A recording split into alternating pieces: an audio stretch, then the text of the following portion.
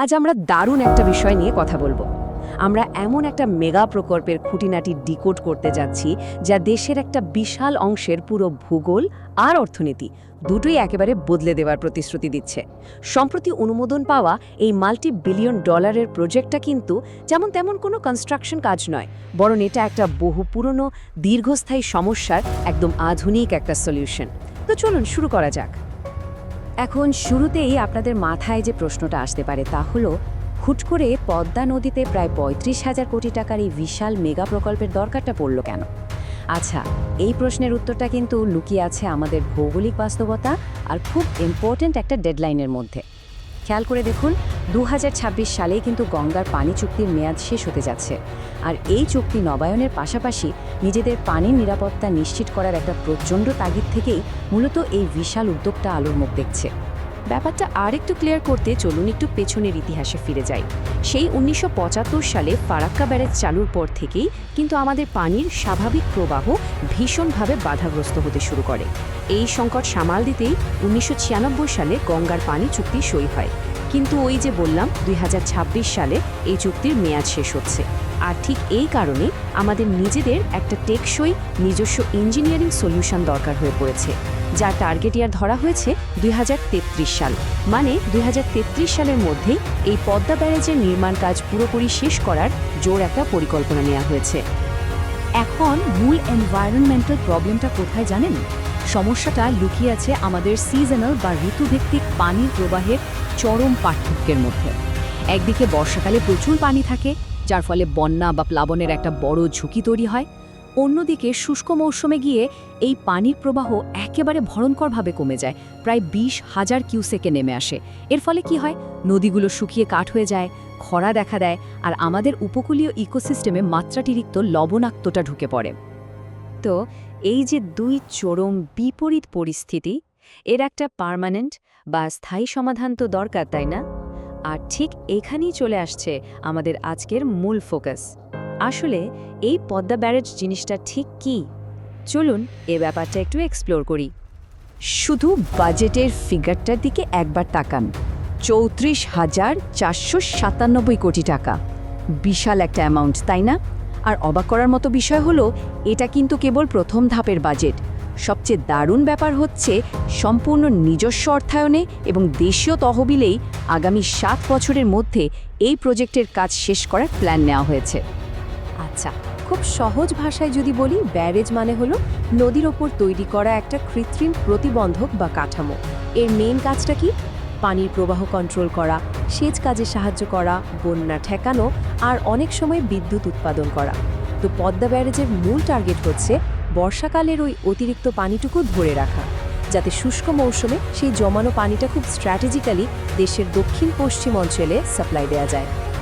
তো এখন সবচেয়ে ইন্টারেস্টিং পয়েন্টে আসা যাক। রাজবাড়ির পাংশায় তৈরি হতে যাওয়া ২.১ কিলোমিটার লম্বা এই বিশাল স্ট্রাকচারটা আসলে কাজ করবে কিভাবে?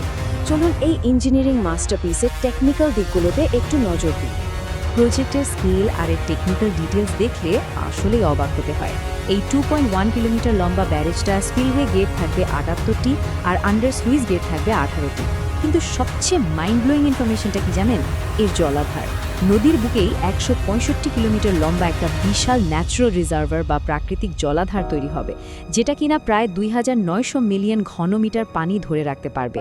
আর এর জন্য এক্সট্রা কোনো জমি অ্যাকোয়ার বা অধিগ্রহণেরও দরকার পড়বে না। দেখুন, এইটাকে কিন্তু শুধু পানি আটকে রাখার সাধারণ কোনো বাঁধ ভাবলে ভুল হবে।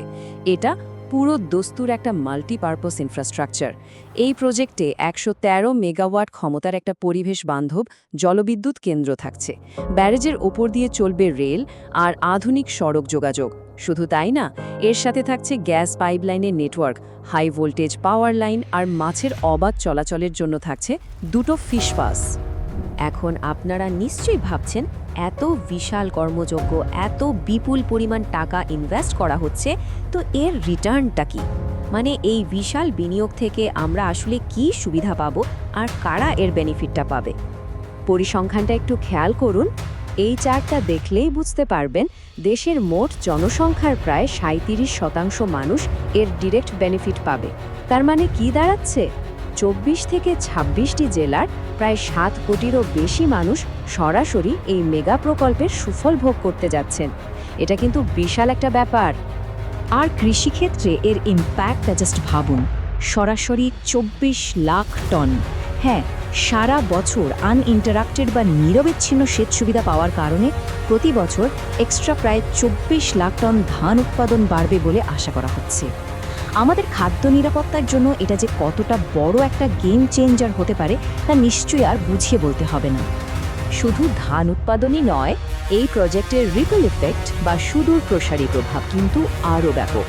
প্ল্যান হচ্ছে শুষ্ক মৌসুমে এই ব্যারেজ থেকে প্রতি সেকেন্ডে অন্তত 570 ঘনমিটার পানি ছাড়া হবে। এর রেজাল্ট কি হবে জানেন? গড়াই, মধুমতি আর কৃষ্ণার মতো মৃতপ্রায় নদীগুলো আবার প্রাণ ফিরে পাবে। মিঠা পানির ফ্লো বাড়ার কারণে আমাদের সুন্দরবন রক্ষা পাবে ওই ভয়ঙ্কর লবণাক্ততার হাত থেকে। এর পাশাপাশি আরও প্রায় 2.34 লাখ টন অতিরিক্ত মাছ উৎপাদিত হবে, আর রূপপুর নিউক্লিয়ার পাওয়ার প্ল্যান্টের জন্য সারা বছর প্রয়োজনীয় পানীয় নিশ্চিত হবে। এক কথায় পুরো ইকোসিস্টেমটাই সেভ হবে। সোজা কথায়, ব্যারেজটা একবার অপারেশনে চলে আসলে পুরো দক্ষিণ পশ্চিম অঞ্চলের দৃশ্যপট একদম ম্যাজিকের মতো পাল্টে যাবে। যেখানে ব্যারেজ নির্মাণের আগে আমরা দেখতাম মৃত নদী, চরম লবণাক্ততা আর কৃষিতে স্থবিরতা, সেখানেই আমরা দেখব সারা বছর সেচ সুবিধা, রিভাইভ হওয়া একটা দারুণ ইকোসিস্টেম আর একটা ভাইব্রেন্ট বা সমৃদ্ধ অর্থনৈতিক, একেবারে বিফোর অ্যান্ড আফটারের একটা পারফেক্ট পিকচার। অর্থনৈতিক দিক থেকে চিন্তা করলেও এই মেগা প্রজেক্টের লং টার্ম ইম্প্যাক্ট সত্যি অসাধারণ। এক্সপার্টরা বলছেন এই প্রজেক্ট প্রতি বছর সামাজিক আর অর্থনৈতিক সুবিধা মিলিয়ে প্রায় 8,000 কোটি টাকার একটা রিটার্ন আনবে, আর আমাদের ন্যাশনাল জিডিপিতে সরাসরি 0.4% প্রবৃদ্ধি যোগ করবে।